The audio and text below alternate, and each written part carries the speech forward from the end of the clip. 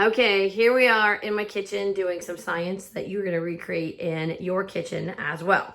We've been learning about variables. So we're going to change the manipulated variable or the independent variable. The thing that we change is going to be how clean or dirty our hands are when we are touching bread and then sealing it into Ziploc bags to see how much mold will grow on it. So Garrett normally has very dirty hands because he's always outside doing stuff, but he just got out of the shower, so he gets to be our clean hands guy. So Garrett, if you will please wash your hands with soap and warm water.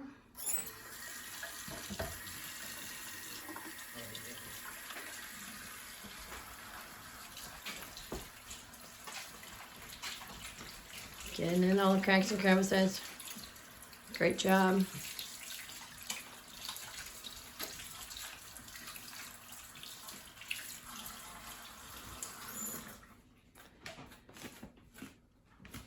Important to dry off on a nice clean towel because we don't want anything to contaminate our experiment. So I just cleaned out the sink.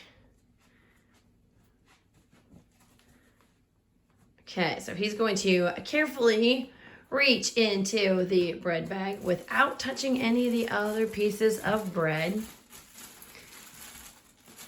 You can skip the heel. And he's going to touch only the first slice of bread. And wait, before you put it in there, go ahead and rub your clean hands all over it. Because your hands are clean. So we're going to give it a few seconds of rubbing those on there. Kind of watching the timer here to make sure that we touch for about the same amount. So your hands are clean and there should not be any germs on them, right? All right, go ahead and seal that into a Ziploc bag. Can I set it down on this? Yeah, I suppose because that's clean.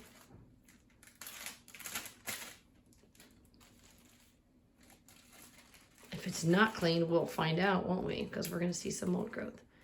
Now it is all sealed in there. He did set that down on the bread bag, so it's important that we do that with the others as well. We want to keep things the same. We want to keep things constant. All right, there's our first piece of bread. Touched with clean hands. Thanks, Garrett. Yep. Okay, here is our next contestant in the science game.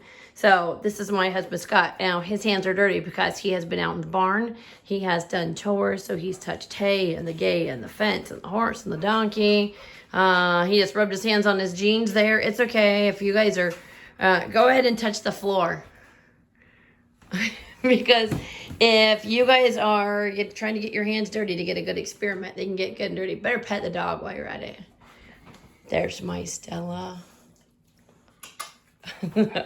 Okay, now he is going to reach into the bag.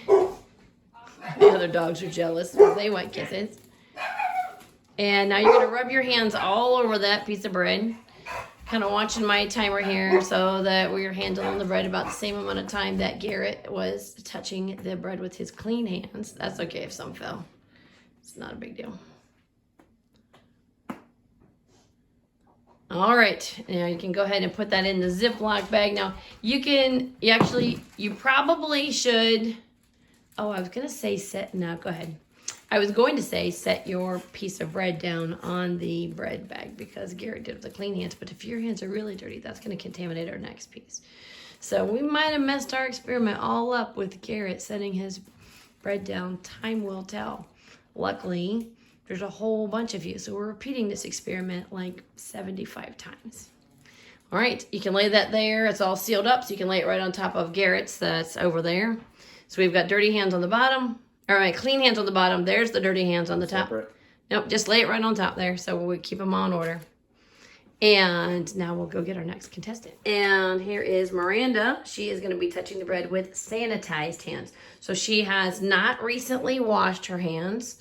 She's been home for several hours without washing them, so she's putting her sanitizer on there. Hours, but she said she would only do this if she could use her hand sanitizer from Bath and Body Works. So those of you who are smells good.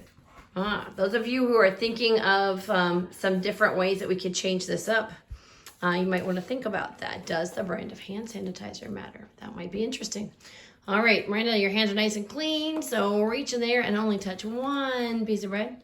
Being very careful to not make the rest of our loaf smell like Bath and Body Works vampire. Okay, so you can rub your hands all over that. We're gonna do that for a few seconds. Stella is like, please drop it, please drop it, please drop it. It's getting crumbs everywhere. And for my students that thought I was teasing when I said there's animals in my kitchen, I'm not while she's touching that. There is the chinchilla. There is the hedgehog sleeping in there. And there is a hamster up there. All right, so we are back. Oh, I think I just flashed my dirty dishes at everybody that was hiding over there. You can put that in the Ziploc bag.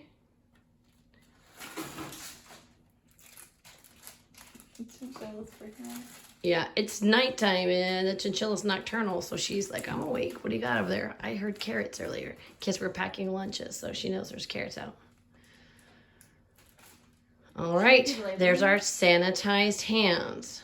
Okay, now Miranda is also going to help us in a minute with bread that has not been touched by human hands at all. We're going to do that very carefully because my other daughter, Kendra, is not being super cooperative because she's super busy tonight. So Miranda gets to play twice.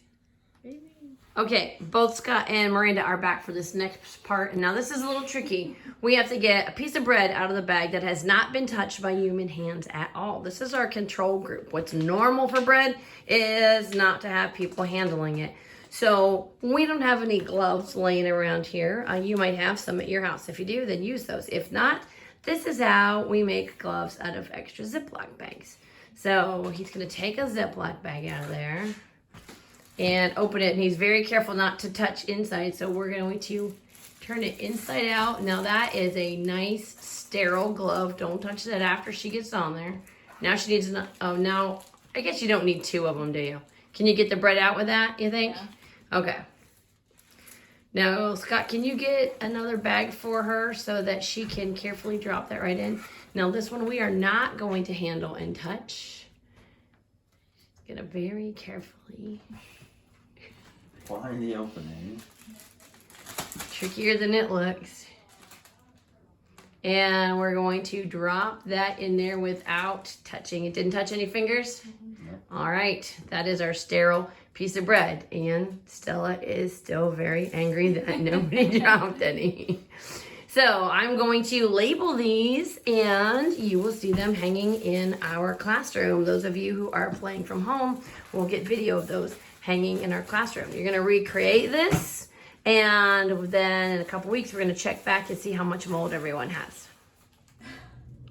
Okay, now we are at school and we have our bread displayed on the magic cart of science, because here in the science room, a third of my kids will hang out, but I will rotate into the other classrooms. I need to take these with me.